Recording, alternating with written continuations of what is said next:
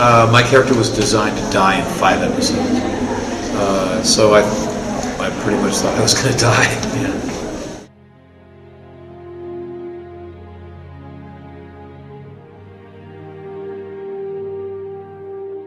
It's most enjoyable to play the villain. When you play a hero, you have to feel guilty about something. You're always running, trying to save somebody, and always feeling bad that you're not doing it quick enough.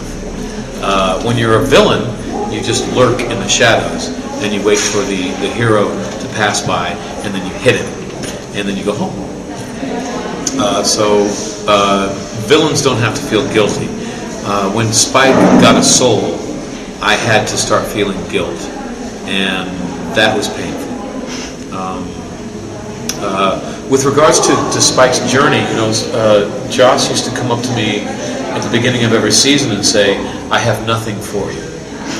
I have no ideas. I have the whole season mapped out, but I have no idea where you're going to fit into it."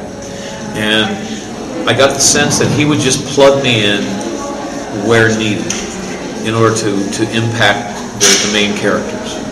So I went from disposable villain to wacky neighbor to the wrong boyfriend to the hero. But that was just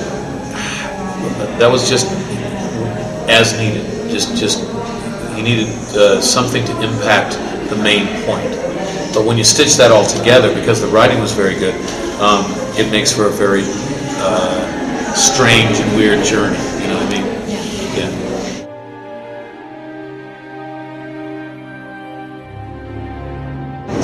I never asked for anything. I was old enough.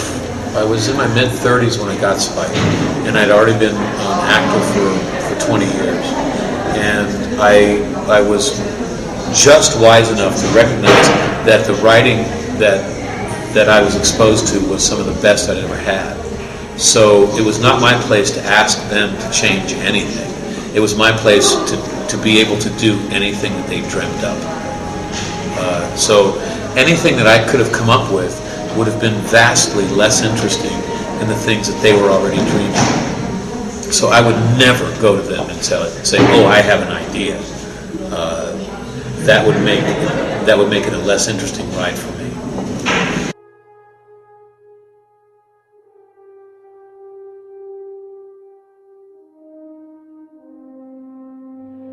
Yes. The one thing that I wanted for Spike was that he would proactively decide what he wants and go out and get it. And he never got that. He was always overwhelmed with events coming at him.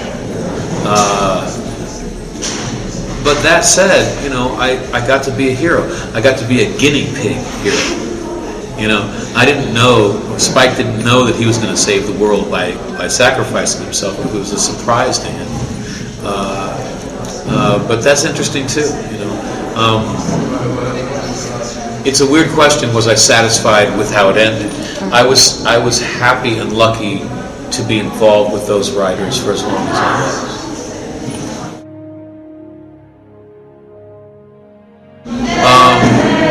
Falling in love with Buffy and having her fall in love with me.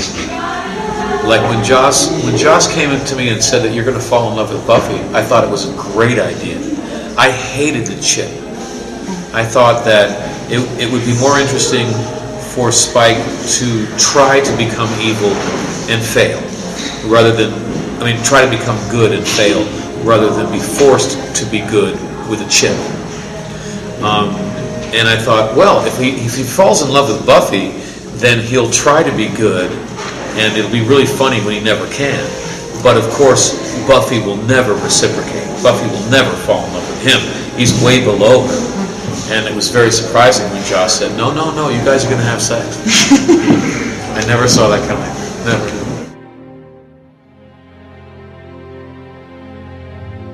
Did you? No. I had no faith that Joss could write music at all. They gave us a cassette tape of the music of the musical. It's fabulous music, but I got it with Joss singing the music and playing the piano, and he's a great human being and a genius writer, but he's a horrible singer, and he can't play the piano to save his life. And I always say that, one of the worst things you can do with 3 hours is watch a bad Shakespeare play. Even a writer as great as Shakespeare cannot withstand a bad performance, and Joss Whedon is no different. Joss Whedon, the writer, cannot withstand Joss Whedon, the performer. I mean, as an actor, actually, he's very good, but as a singer, he's... So I thought that he had gone insane. I thought that the pressure got to him, or his ego got to him, and he was going to flush himself and me and everyone else down the drain with him. Yeah.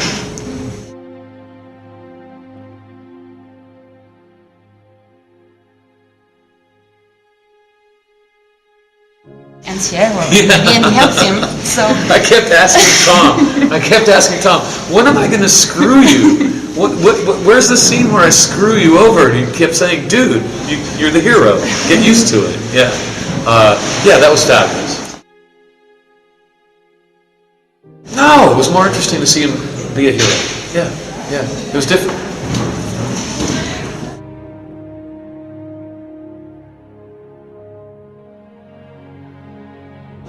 I play an immortal con man. He pops up in different episodes, and he's screwing different people over at different times. And he's not a hero. He's a lovable rogue. Who knew? He's the kind of character that you don't know if you can count on. Yeah.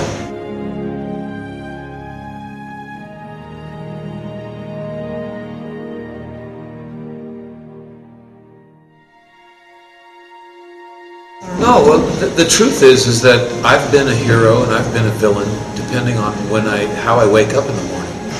It depends on if I'm going to be selfish or not. Am I going to serve someone else, or am I going to serve my selfish needs? Am I going to act out of fear, or am I going to act out of hope? And I've done both of those in my life. And so I think that we're all heroes or villains at different points in our life. And a character never knows what the whole story is. So, in fact, it's better to live in ignorance. As an actor, it's better not to know and just play the day as it goes along. So, no, I'm not frustrated by that at all. I think that I get to play ambiguous characters, and I think that that's closer to what real people are.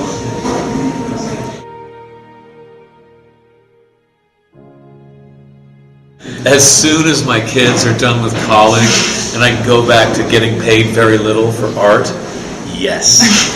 I came to Los Angeles because I became a father, because I had to provide for children. I lucked out by meeting Joss Whedon and getting into really good writing. But I would love to go back to theater where the actors are truly the chefs, where we really are in control of the story as it comes down.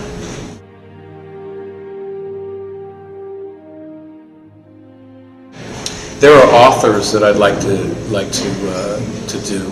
I'd like to do more Stephen Berkoff. I'd like to do more David Mamet. There's a Calderón de la Barca play called Life is a Dream, a 17th century Spanish writer, and it's known as the Spanish Hamlet, about an astrologer king that gets told by the stars that his pregnant wife will give birth to a son who will kill her and destroy his kingdom.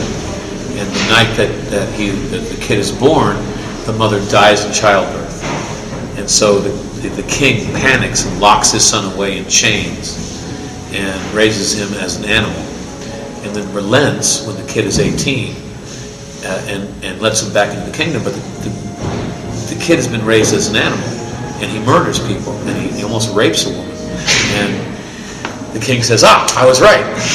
And the kid finds out that there's a brewing civil war, since there's no one to take over the throne. There are vying interests. The whole kingdom is about to self-destruct because the king lost hope in his son before he was born. And the son has to forgive his father, realize his own royalty, and save his kingdom and forgive himself all at the same time. It's a great play, and I'd love to do it again.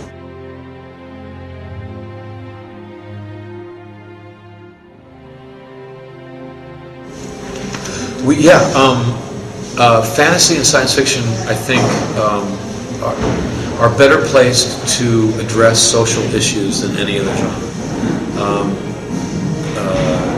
Some of my favorites would be, well, Joss, but also the Wachowski brothers, who did The Matrix and V for Vendetta.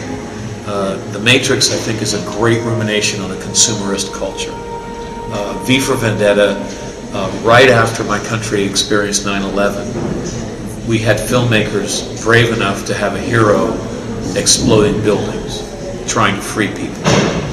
And I don't think any other genre could address those issues as directly. It's almost like genre is like the jester of a medieval court. In a medieval court, the only courtier who could tell the king he was an idiot was the jester. As long as it was a funny joke, the jester could say, "King, you are a fool." And so he had a lot of power. And a cop show could never do what a sci-fi show could do. With Buffy, right after we had a horrible thing happen called in Columbine, where a student shot a large group of people. And right after that week, we had an episode ready to show where a student was up in a bell tower with a high-powered rifle ready to shoot fellow students. Buffy goes up and talks to him about why he's doing that. You're not going to get that on Law and Order. Yeah.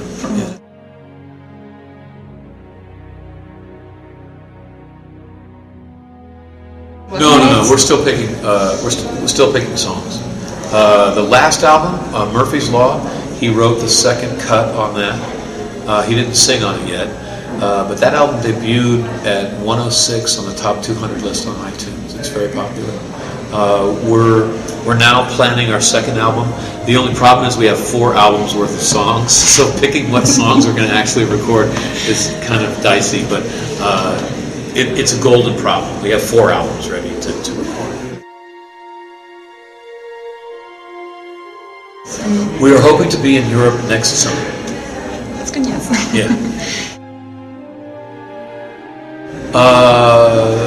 Just what I've mentioned before. Warehouse 13, Supernatural, Wedding Band, and then Dragon Warriors, a movie, Dresden Tapes, Books on Tape, Dresden Files, Vampire Empire on tape, and recording the band. Thanks. I'm very busy. I haven't had a day off in 3 months. Wow. Yeah.